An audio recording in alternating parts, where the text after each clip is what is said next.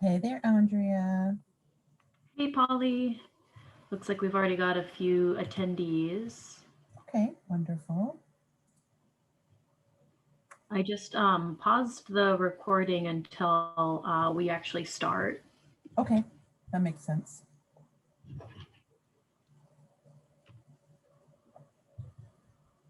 For some reason, it still says recording on my side, friend.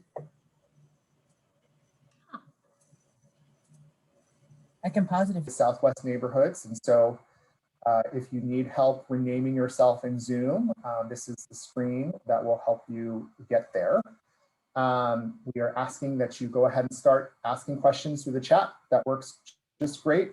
We have a full hour, and I know that Andrea Williams, our speaker, will be going through a number of questions that were already submitted to us. As a reminder, this is going to be a recorded meeting. And so I'm showing 12:02. So maybe we should get started. How does everyone feel about that? Great. Well, welcome everyone. Hi, good afternoon. I'm Daniel Cardinal Jaimez, he, him pronouns. I work in Civic Life. I am their public information officer, and it is great to have all of you here today. And I promise I will introduce all of these other speakers in a little bit. But before we do that, I wanted to go through our agenda, and this is what it is. We're doing a welcome right now. We will go through ground rules and logistics with me. We will do the Civic Life staff introductions. And then, as I mentioned earlier, we've earned a number of questions from you already. And Andrea Williams will be our speaker to go through each and every one of those. And we will have an opportunity to have a discussion as well as have additional follow-up questions should we need them with all of you as the presentation progresses. And so again, here are the logistics related things associated with today's meeting. If you could help us out by renaming yourself and including your neighborhood name, that would be really helpful. In addition to that, if you're a member of the media, we ask that you identify yourself. Go ahead and add questions in the chat. It looks like we already have people that are taking advantage of that. Thank you so much. This is going to be a recorded meeting, and we will likely post this on our webpage following. And this is one of two meetings today. And if we don't get your question responded to today, don't worry. There will be other opportunities for you to engage with us. There will be some upcoming one-on-one times with each neighborhood association. Andrea Williams, as well as someone else from our Civic Life staff, will likely be setting up those appointments with you. We will be sharing an email at the end of this in which you can ask us follow-up questions, and there will be a regularly updated FAQ that will be posted to our website at the conclusion of this open house. And with that said, we'll get into ground rules. We are trying to prioritize Southwest community members, and so go ahead and again, let us know that you are here. Move up and move back, and what that means is that one person will speak at a time. Participants will be called on when it's their turn to speak, and we will try to give all participants a turn asking questions, including those that may have dialed in on the phone. So when providing your comments or questions, please use I statements, speak your feelings and experiences, and don't speak for others. It's okay to disagree. We want you to challenge ideas, but not people personally. So challenge ideas and not people personally. That would be greatly appreciated. And we also ask that you respect each other. And so we all have different lived experiences and opinions, and we just ask that everyone be respectful of everyone's experiences and opinions. Practice active listening, listen to fully understand. We will be removing disruptive members who are not following our ground rules. And so please be mindful of language, and profanity is not at all okay. And finally, we all share a responsibility for making this work. And so please know that we are all in this together, and we are all going to certainly put our best intentions and work ethic to ensure that we're able to make this work for all. Here's that email that I promised you information. And so I will spend some time on this and sort of pause on this. Andrea Williams will be the lead here in this period of transition, and she will be being the primary speaker today. But we also have Shook and Diane, who are also going to support And then we wanted to also outline that there are additional support services as it relates to this transition. I'm a member of the communications team as an example. And so while we may not be working directly together, there will be some support from the communications team. I'm just one of 2 people on the communications team that will be supporting you as it relates to website stuff, as it relates to social media support, what have you.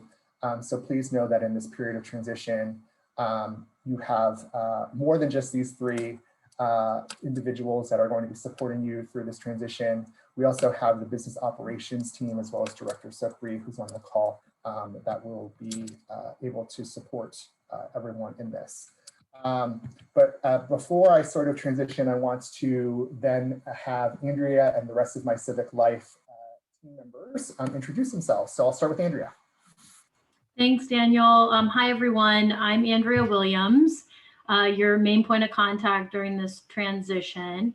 I use she, her pronouns, and I am Civic Life's partnerships manager. I oversee our set of community and civic engagement programs, which include the neighborhood support services. And I'll pass it to Shuk to introduce himself. Yes, good afternoon. My name is Shuk Arifjanov. I'm Civic Engagement Coordinator.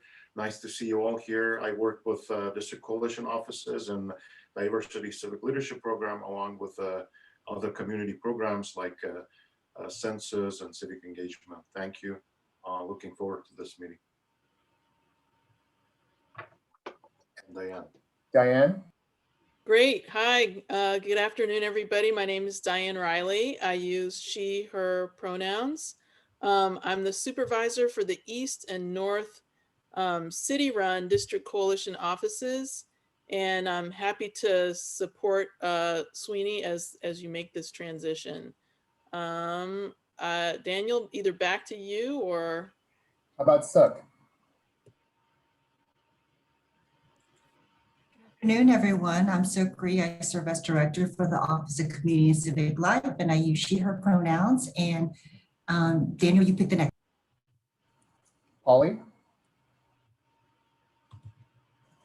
Hi there, my name is Polly Ann Burge. I'm with Civic Life and the business operations team. Glad to meet everybody. Last but not least, Perla. Hello, everyone. My name is Perla Sitkov. I use pronouns she, her, hers.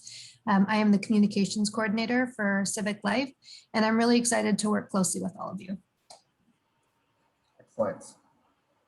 Thank you. And with that, I will pass it over to Andrea to talk about FAQ number 1. Great. So thanks so much, Daniel, and thanks to everyone who's taken the time to be on this call with us. Let's dive into the agenda item to review our frequently asked questions. We wanted to take some time with you all to review these and get clarifications and comments and questions from you all. But before we begin, I really wanted to thank each of the neighborhood association members who directly contacted me with your questions and your needs. These questions, the FAQ that we're going to review, came directly from the emails and the calls I received from you all. So first of all, thank you for helping us shape this. And I also just want to upfront thank you for your patience and understanding, particularly with me. I know transitions are never easy, and it will take some time and collaboration with you all to make this successful. I also wanted to say that our responses will evolve over time as we develop programming for Southwest neighborhoods. And we'll be sure to continually provide updates in communication with you all on the FAQs that are available online and in other ways as this progresses.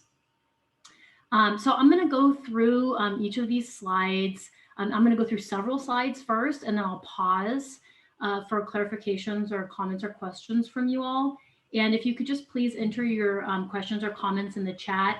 I know some of you have already entered some of the questions. So I'll be sure to incorporate those as we go along here. And then at the end, if for some reason we run out of time, we will definitely follow up with responses via email after the meeting. So please do enter those questions into the comment box. That is super helpful for us. Great. Okay, so I'm going to start with a few slides first, and then I'll pause for questions. And so the first frequently asked question was just getting clarity on what the intent of ordinance number 190321 was. And this is the ordinance that passed last week, March 10th, regarding Sweeney and regarding the transition of services to Southwest neighborhoods. And the ordinance really authorizes Civic Life to do two things. One is to hire 2 coordinator positions within Civic Life to directly support neighborhood associations and other place-based organizations in Southwest Portland. And the second one was to enter into a grant agreement with a nonprofit partner organization to provide that liability insurance coverage for neighborhood associations and other community-based organizations in Southwest Portland. So those are kind of the 2 things that the ordinance really directs Civic Life to do. Daniel, if you go to the next slide, please.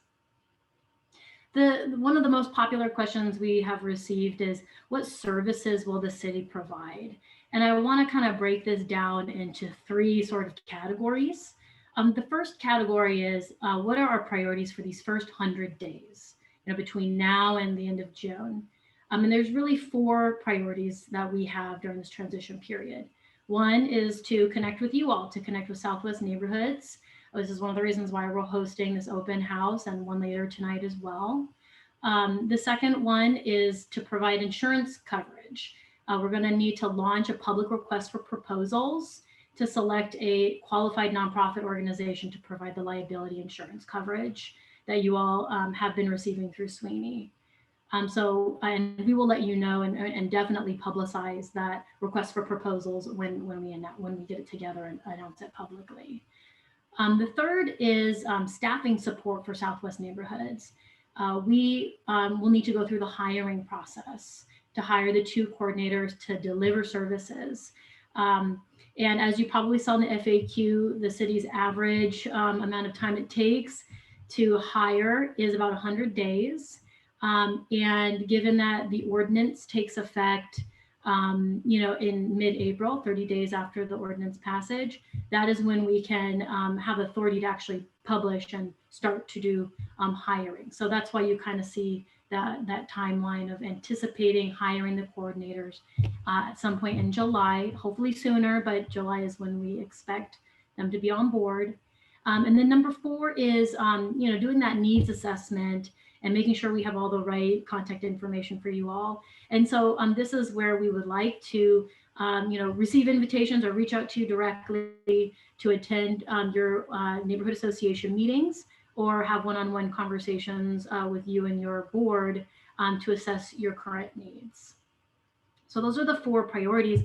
I would say, so next slide is, and regardless, and this has been the case since,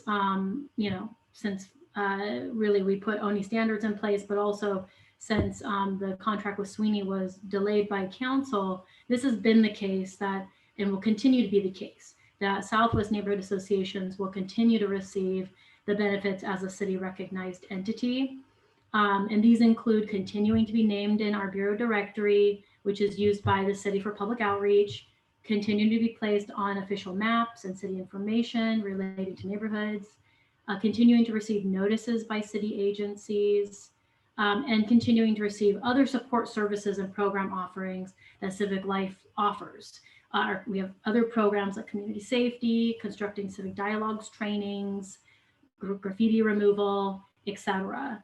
And we continue to, promote those and offer those to all neighborhood associations and community partners across the city. So the third phase is, when we get those Southwest coordinator positions hired, and that's when we're going to really be able to do a lot more. And so once they come on board, which we anticipate to be July, we're going to work with Southwest neighborhoods to deliver services that you all have identified as priorities. And so I'm still, people are still communicating with me about what those priorities are, and I'm sure they will evolve over time. But here's a quick list of what we've heard from people so far. Certainly we've heard communications and website support is important, organizational development and operations technical assistance, fiscal sponsorship issues, event supports, trainings, public records management and retention, the meeting spaces and mailing addresses, and of course, connecting and collaborating with other city bureaus and organizations. So, once the coordinators are on board, your feedback is already helping shape what, their work plan and focuses will be on day one. And these are some of the things that we've been hearing so far. So I'm going to pause there to see if folks have questions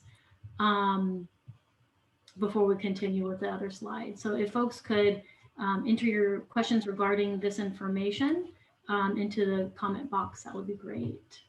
And Andrea, there was kind of a related question to this set of slides here. Does Sweeney currently have an agreement with Civic Life? If not, when was that last one Civic Life signed? I'm going to answer it really quickly, and then I'm going to invite Shook to add more.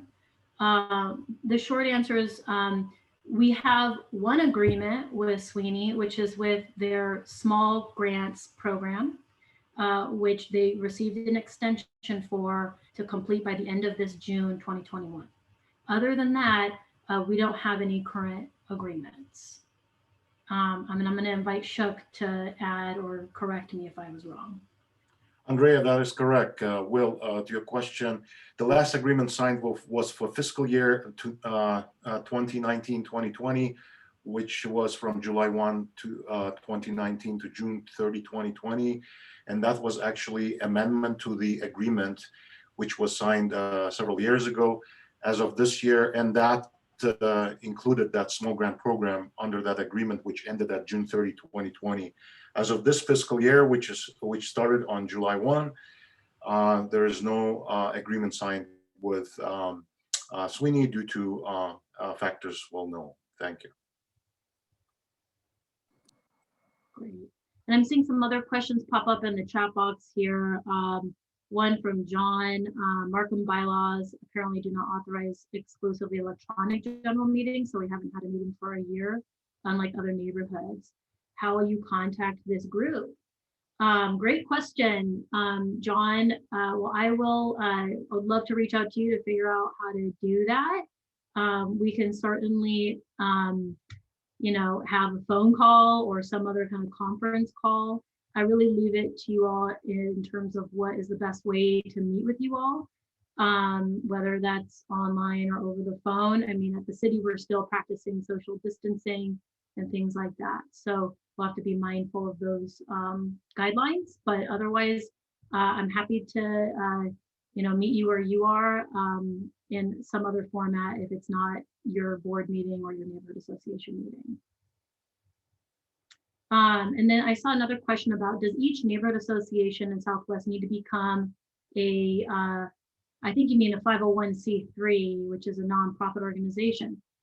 We will talk about fiscal sponsorships and that kind of information in a few slides, but while you're asking, the short answer is that's up to each neighborhood association to determine if you would like to become a 501c3 or if you would like to continue to be a fiscally sponsored organization. And if you currently have fiscal sponsorship through Sweeney, you'll have to directly talk to Sweeney about what their offerings are, if they're going to continue to do that or not. Otherwise, you may need to find another fiscal sponsor, and in which case any 501c3 nonprofit who you have a relationship with and agrees to serving as your fiscal sponsor can serve as a fiscal sponsor. So there's several routes you can take, but the short answer is each neighborhood association really needs to determine and examine what route they would like to take. Becoming a 501c3 is not for everyone and requires a certain level of capacity.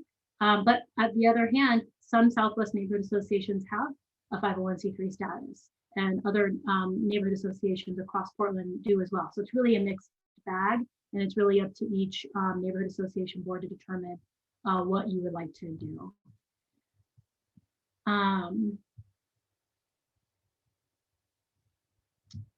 Then there was another question about from Marianne about how we're communicating with neighborhood associations and who are the place-based groups that are listed.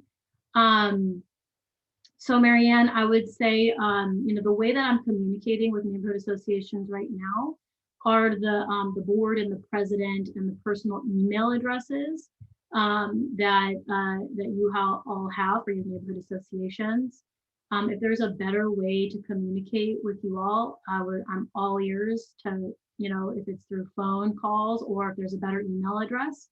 I would love access to that. But right now I do have the 17 board email addresses for the neighborhood associations and the 17 president email contacts for each neighborhood association. In terms of the place-based community groups, that's a wide variety of organizations that exist in Southwest Portland. I don't have an exact listing of who all those are, but it's all this to say is that we are open to working with neighborhood associations as well as grassroots volunteer-led groups that are not neighborhood associations in Southwest as well. So we want to be inclusive of all organizations, but certainly the focus and priority during this transition is serving the 17 neighborhood associations. Andrea, I'm seeing that we have some 501c3 related questions and some employment related questions, and I think we have slides on that. So Katie, okay. Janet, etc. I see your questions. We have slides on that. So I'm going to, we'll get to those, but we're going to advance on the slides because I think there's a little bit more context that Andrea can go through in the upcoming slides. So I'm going to advance, but we haven't forgotten about you. Just want to let you know. Great. Well, thanks, Daniel. We kind of covered this already, but just in case folks missed it, when you can expect the new coordinators to start. As I said, as soon as July, we're going to try and, go through the city's hiring process as efficiently as we can. But as I said, we do have some restrictions here. The ordinance will take effect 30 days after its passage on March 10th. And that means we can start to post the position in the hiring process in mid-April. We will conduct an external and competitive hiring process in partnership with the Bureau of Human Resources. As you already know, the two coordinators will be employees of the Office of Community and Civic Life. And thirdly, I have received some questions from folks about, participation in the hiring process. And certainly we welcome input and feedback from folks in Southwest. And so to that end, we will be sharing a nominations process for neighborhood associations to nominate folks to participate on our selection or hiring committee process for the two coordinators. Of course, within certain criteria, folks that participate on the selection committee will need to be available and willing to attend a few HR trainings that are mandatory from the Bureau of Human Resources. They'll also need to have no conflicts of interest. And then thirdly, provide and bring a level of equity lens to the decision-making process. So we'll announce that when we're ready. Clearly, we're still putting some of the hiring paperwork together and won't be able to post it until mid-April, but we'll reach back out when we're ready for the nominations process so that folks can participate on the selection committee. Next slide, please. Okay, you already know this. I'm your main point of contact right now, but as you saw, I'm working with a broader team, right? And so you may see other faces, Shook, Diane, others. You might see Sook, our director as well, throughout this process. So I'll be your main point of contact, but certainly, again, I'm working with a variety of people within the Bureau. Okay, so this is a big one that a lot of people have been asking about because it is so important if neighborhood associations will still get insurance coverage. And the short answer is yes, because the ordinance actually directly authorizes us to provide insurance coverage via a nonprofit organizational partner. We have authorization to do a grant agreement not to exceed $20,000 with a nonprofit partner. And as I said earlier, we'll issue an RFP or a request for proposals, and that will also be a competitive process. And our goal is to provide insurance coverage as close to July 2021 as possible, because we know that that the coverage through Sweeney that was funded through a previous contract in the 2019-2020 fiscal year that coverage extends until June 30th of this year. So we'll do our best to ensure that there's not a gap, but that will, require some speedy RFP and the nonprofit partner getting that liability insurance. So we will do our best to provide it as close to July 2021 as possible. And this is all to say that it's very similar to what we already do with our East Portland community office and North Portland office as well. Next slide. This is another really good question that a lot of people have expressed a need for. And I'll just say right up front, and some of the neighborhood associations have already reached out to us. If you have, or if you're planning on developing a new website for your neighborhood association, if you could email me that link, that would be awesome, because we'll be able to link to it on our Civic Life website. And so that will probably be one of the quickest ways for us to make that connection. But I do understand that some neighborhood associations need a little bit more support than that. And so we are building into one of our coordinators' roles, a communications technical assistance focus. So supporting with websites, newsletters, and other communication support needs.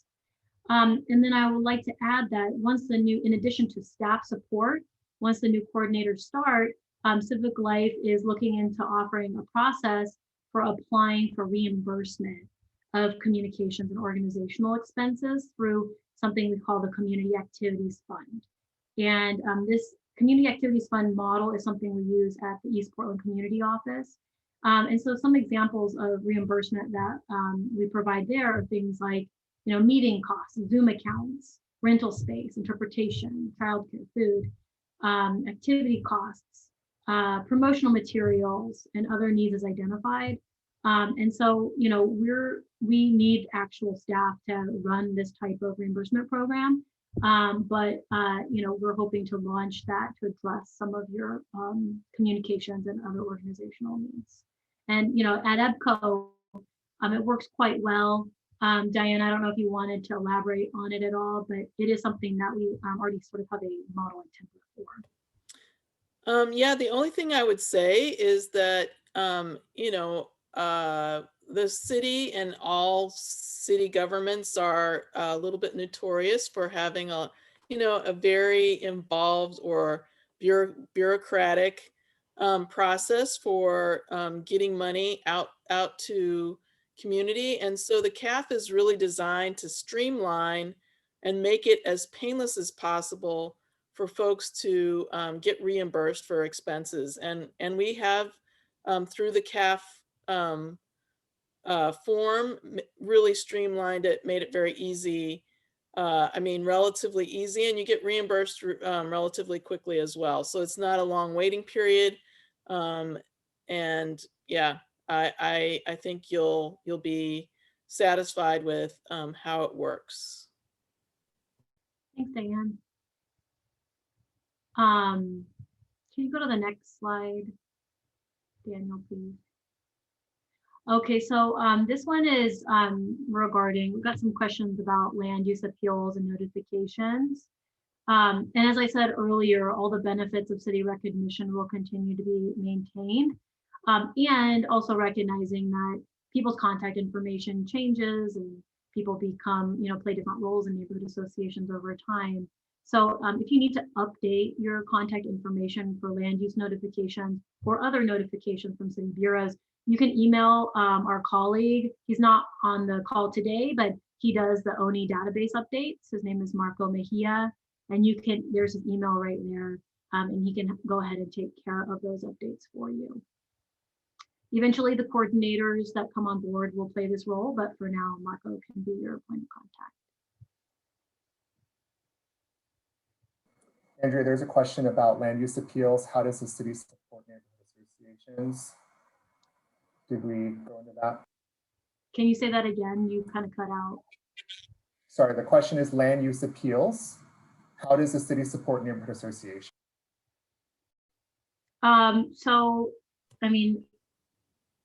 All of the ways that the city has been supporting neighborhood associations in the past will continue, and we'll continue to consider waivers and things like that.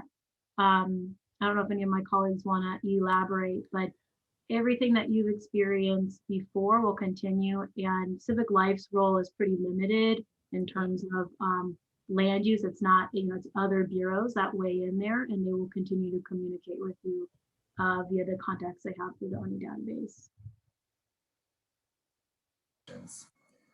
More questions about land use. When LA appeals, maybe that's land use, appeals differ from city plans, will city cover the waivers from land use?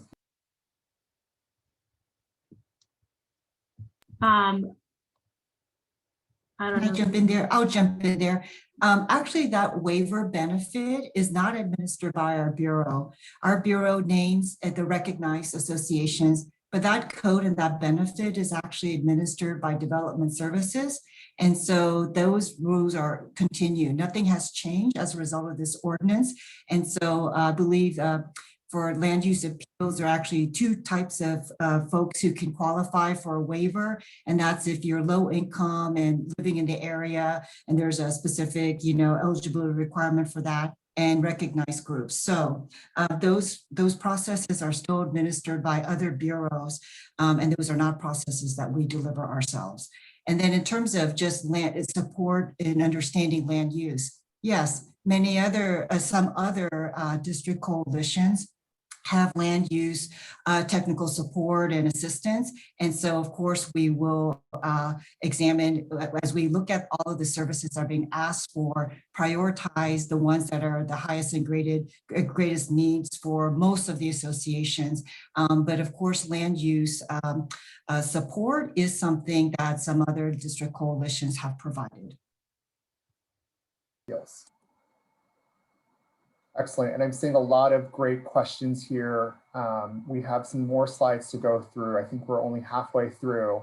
And so I wanna go through those. As I mentioned, this isn't going to be the last time that you hear from us and or see us. Andrea will be setting up one-on-one times with each neighborhood association.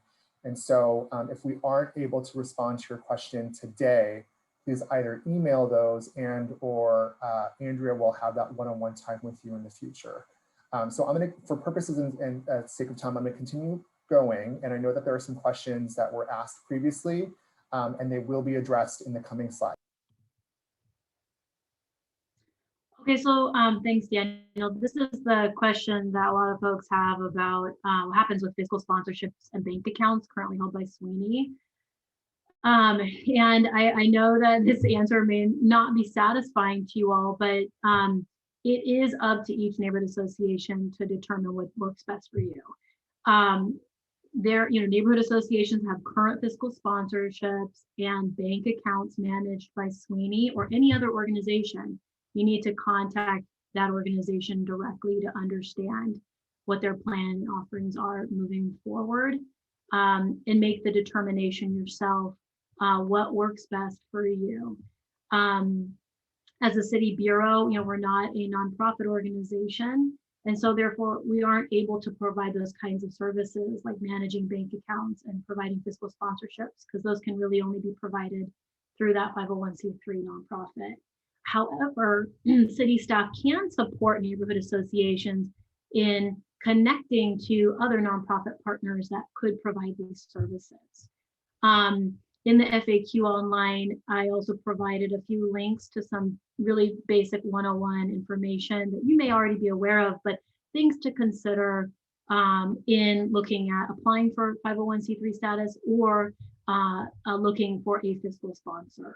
And I believe there's even a directory of organizations that have offered themselves as fiscal sponsor possibilities on the Nonprofit Association of Oregon directory. And as I said earlier, throughout the city, neighborhood associations kind of have a mix of, some of them have 501c3 tax exempt status, and other ones have fiscal sponsorship. It's really a mix throughout the city. And I know several of the neighborhood associations in Southwest are interested in applying for their 501c3, and for others, it may not make sense. So I did see a question here about if if organizations, if nonprofit associations decide to stay with Sweeney as their fiscal sponsor, will they be at a disadvantage? Will that be held against us, is what Kim said. For example, will we be denied grants for anything having to do with Sweeney in the future? I don't know the answer to that question. That's a really good question. So how would you respond to that?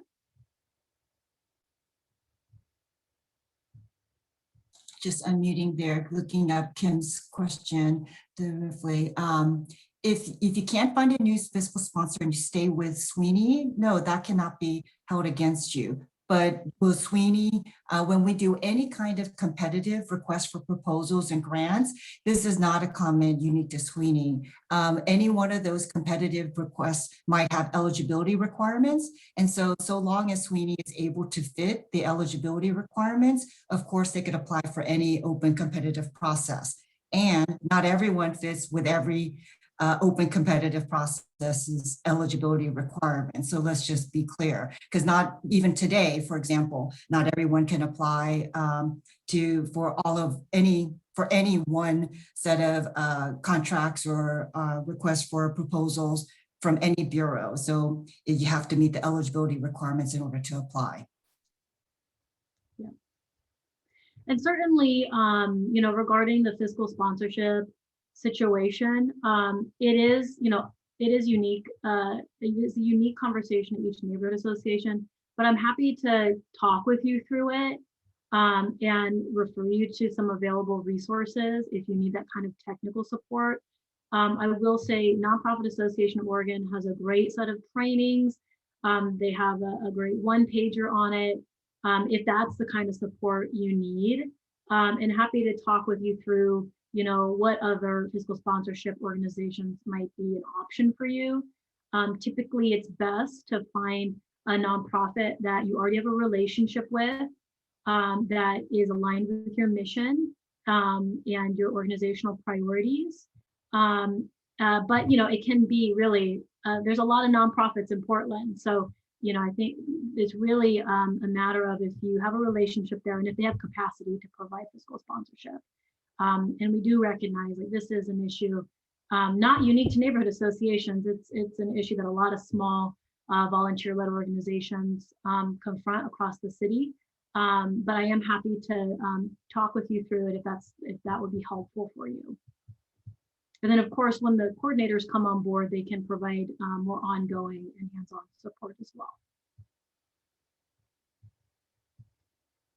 Next slide, Daniel. Okay, so this is another popular question. If there will be a community-based office. And we'll just say up front that we really value and understand the need for having a community-based office, which is why we have our East Portland community office and our North Portland office are based both in the areas that they serve. And but at the same time, it will take us some time to think about how to do a community-based office.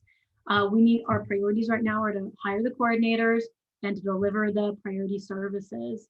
And from there, we will need to explore our options for community-based presence.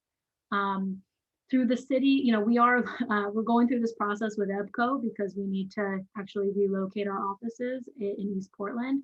And there is a whole set of processes that we have to go through as a city bureau to gain authorization from council to enter into a lease.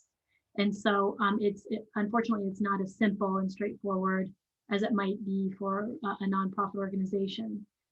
So it may take us some time. But in the meantime, when our coordinators come on board, they'll be happy to help connect you all with existing meeting spaces. I know some of the neighborhood associations meet at elementary schools and other places, and also share some of the meeting equipment that Civic Life already owns, like projectors and whatnot.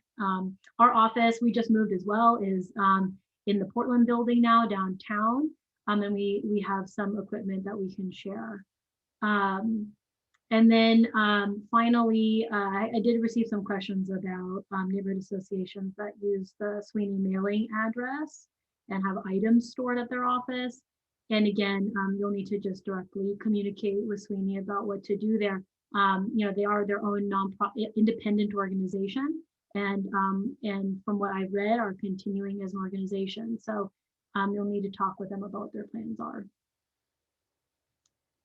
Next slide. We had some people ask us about currently planned events.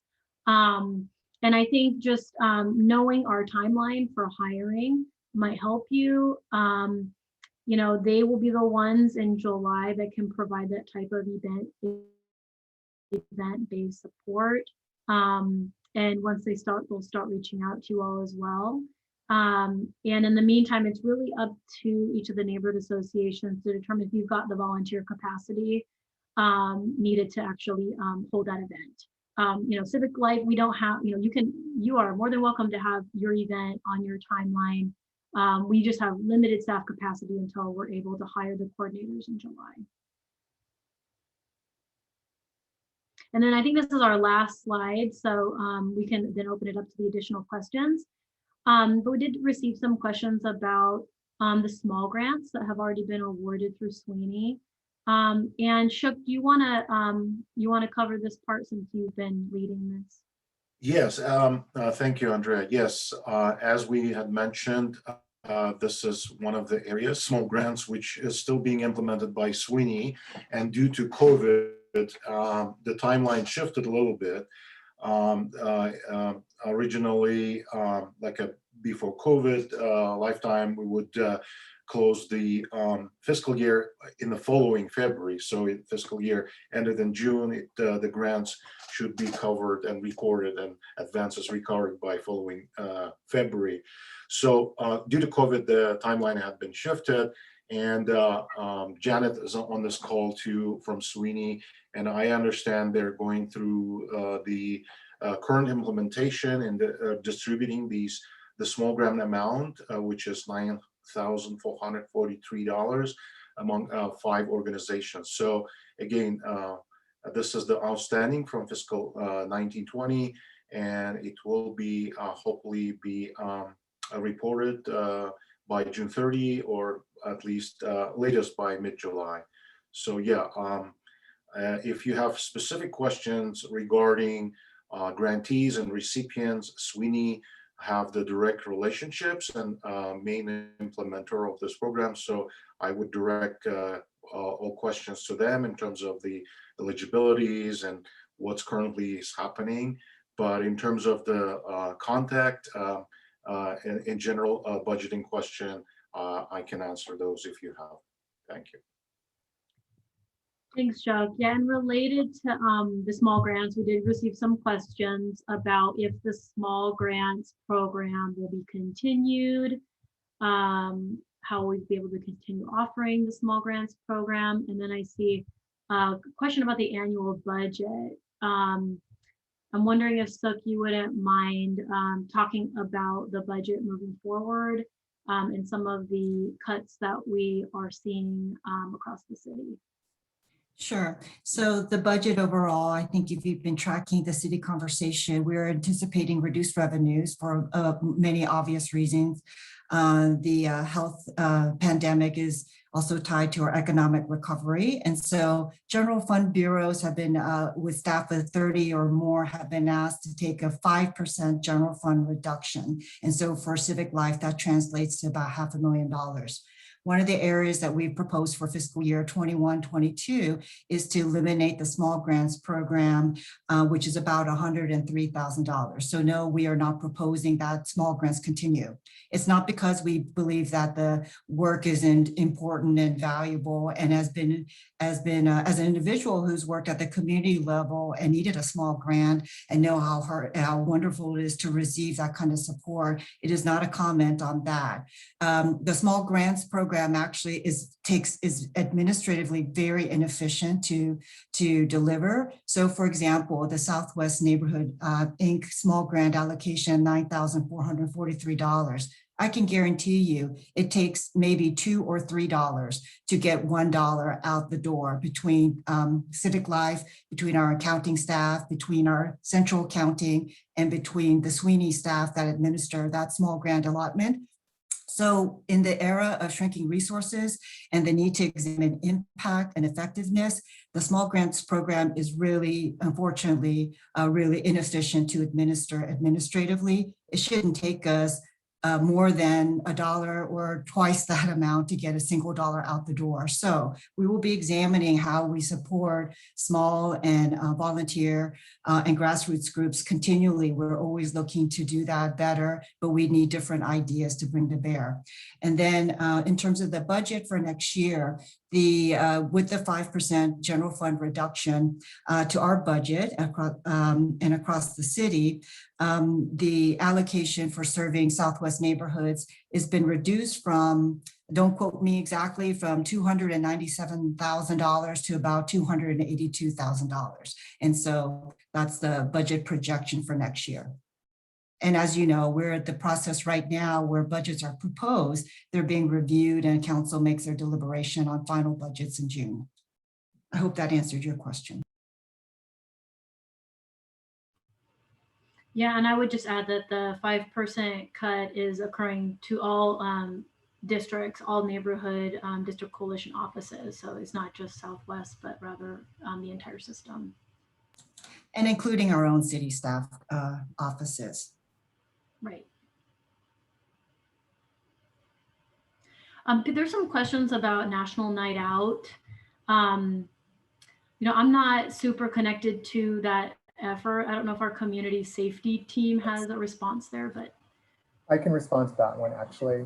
So as it relates to National Night Out, the guidance that we are currently hearing as it relates to remaining safe during COVID indicates that we will likely not be able to gather in large groups, especially those that are not vaccinated, because not everyone's likely going to be vaccinated by the time National Night Out happens. So, but we are also tracking the guidance from what the federal administration as well as the governor's office is providing us. But at this moment in time, it sounds like the ability to gather in large groups is likely not happening this summer as relates to COVID.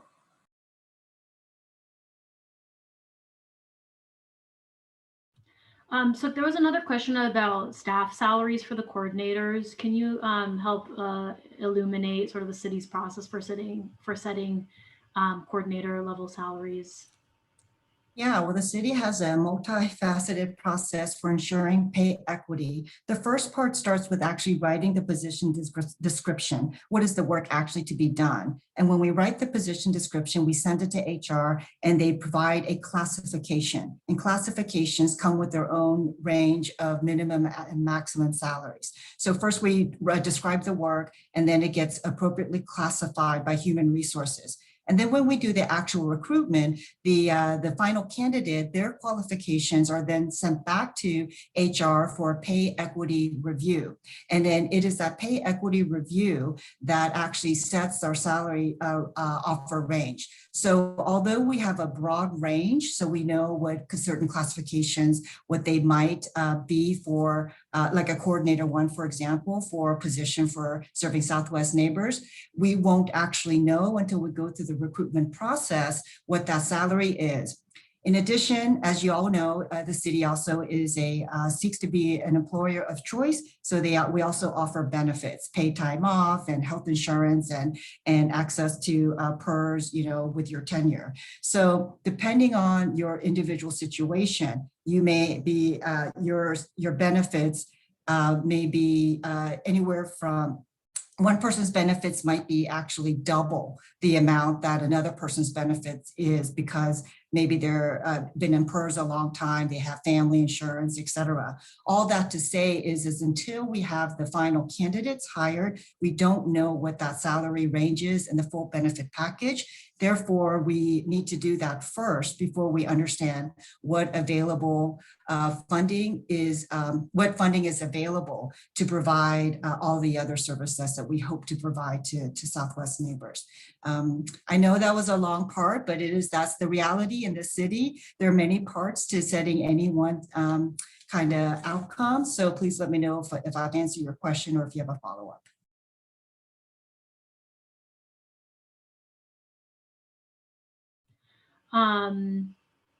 So to Janet's question, so Janet, we can't provide a actual solid number at this point because as Suk said, they have to go through the hiring process. Our BHR bureau, has certain pay equity standards that they apply based on the person's experience, and from there, that kind of sets their salary range. So we don't have a solid number yet until we know who we're looking at making the offer to. So I'm sorry, we can't provide you a more straightforward answer until we get to that point, but that's just how the city hiring process works. We have a really good question here. I'm not sure if we have the answer to it. The question is, would funds to apply for nonprofit status be reimbursed? So I think that's referring to my comment about the Community Activities Fund. And I think that our hope with that, we haven't designed it yet, but the way it works at EBCO is that it's fairly broad. And so my hope would be that we could provide reimbursement for those types of expenses, knowing that, what's happening in Southwest might be different than what's happening in East Portland. And that maybe what Southwest neighborhood associations need is some of that funding to cover your organizational development. The spirit of the Community Activities Fund is to support volunteer-run organizations in their civic engagement activities. So that's pretty broad. If that means that you need to apply for a nonprofit status in order to conduct your community civic engagement activities, I think it's broad enough to cover those types of things. Once we have the coordinators on board, we'll be able to pull together that announcement. You'll get to see sort of what some of the eligibility is, but you can check out EBCO's Community Activities Fund. It's on their website. I think I provided a link to it in the FAQ online that shows you how kind of flexible that program is.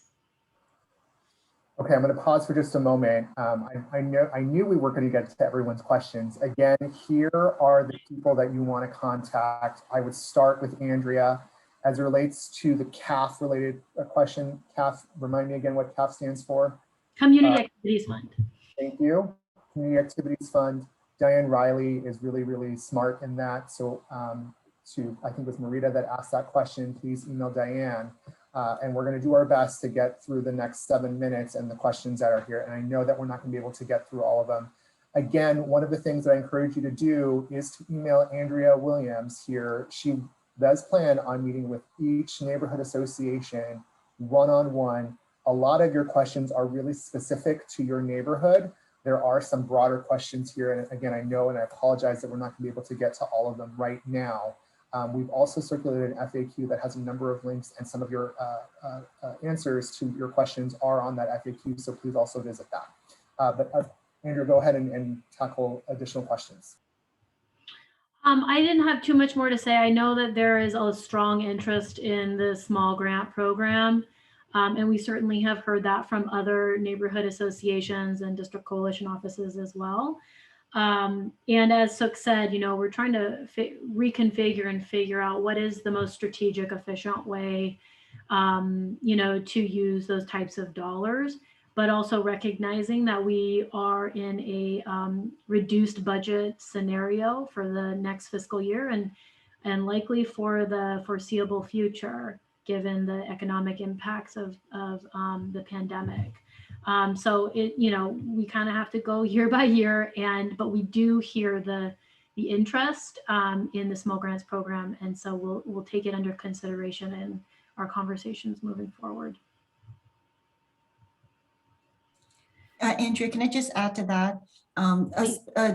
It's not, small grants are a tool, but I just want to underscore our interest in bringing new, small, informal, grassroots, culturally, linguistically specific groups to the table is very deep. And we learned, especially in our emergency response to the COVID-19 pandemic, is that there's so many small volunteer, wonderful community-led, community-embedded groups that need a whole host of structural changes to happen at the city.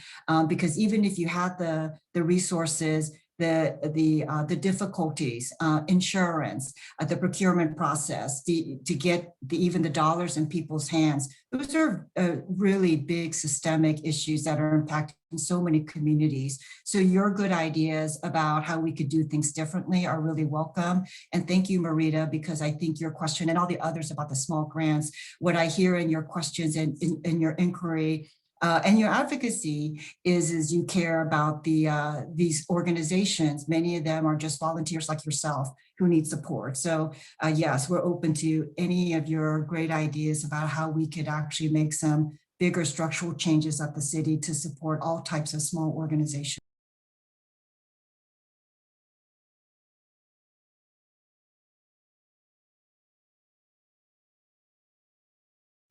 Excellent. Well, thank you. Were there any other questions we didn't get to, Daniel, in our last 3 minutes? Yeah, I don't know if we answered this one. Sweeney was a hub for centralized services like accounting and web services. So each NA doesn't have to duplicate specialized services. Will Civic Life consider funding that sort of hub? I think we gotta address that, but let's reinforce that. Yeah, I think what we're trying to, well, what we are directed to do via the ordinance is to provide services to Southwest neighborhood associations and place-based organizations. And that could mean some level of centralized support, right? Like through the website, our other neighborhood offices run by the city, they have, you know, they each have their own website. EBCO has their website, MPNS has their website, and they host neighborhood association websites on that larger website. So I think there are things that we can do to sort of replicate some of that hub.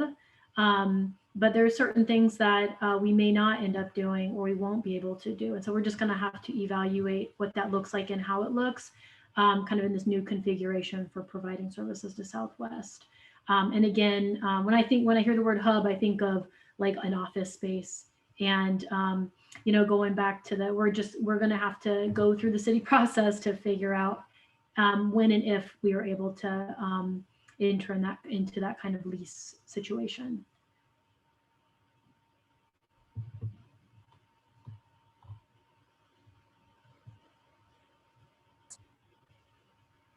I have a question here about the ability to hold community meetings.